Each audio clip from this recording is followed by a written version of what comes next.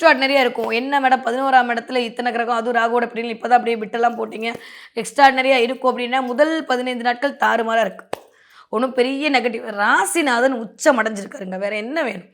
எது எப்படி போனாலும் மென்டலாவும், பிசிக்கலாவும் ரொம்ப ஸ்ட்ராங்கா இருக்கக்கூடிய மந்த்தாக இந்த மந்த் அப்படின்றது மேஷ ராசிக்காரர்களுக்கு இனிதே மலர காத்திருக்கிறது. நான் ஒரே ஒரு ஹிண்ட் மட்டும் குடுக்குறேன். ராகு அப்படின்னோனே உடனே அது வந்து பெருசா நெகட்டிவா பேச வேணாம். ராகு அப்படின்னா பிரம்மாண்டம். உங்களுடைய நேட்டல் ஹாரோஸ்கோப்ல ராகு என்ன மாரியான பொசிஷன்ல இருக்காரு அப்படின்றத பொறுத்து, உங்களுக்கான நல்லவை என்பது 2 மடங்கு அல்ல, 3 மடங்கு அல்ல, 10 மடங்கு வரக்கூடிய தன்மையை இந்த தடவ ராகு உங்களுக்கு கொண்டு வந்து குடுக்கறதுக்கான வாய்ப்புகள் இருக்கும். லைஃப் சேஞ்சிங் மொமெண்ட் அப்படின்னு ஒண்ணு இருக்கும்ல. அது இந்த தடவ மேஷ ராசிக்காரர்களுக்கு மட்டும் இல்ல, எல்லா ராசிக்காரருக்கும் கிரியேட்டா போகுது. அதுக்கு பிள்ளையார் சொல்லி யார் போட போறா? மேஷ ராசிக்காரங்க தான் போறாங்க. ஏன்னா ராகு கொடுக்கிற மாரி யாரும் குடுக்க மாட்டாங்கன்னு ஒரு கோட்டே இருக்கு.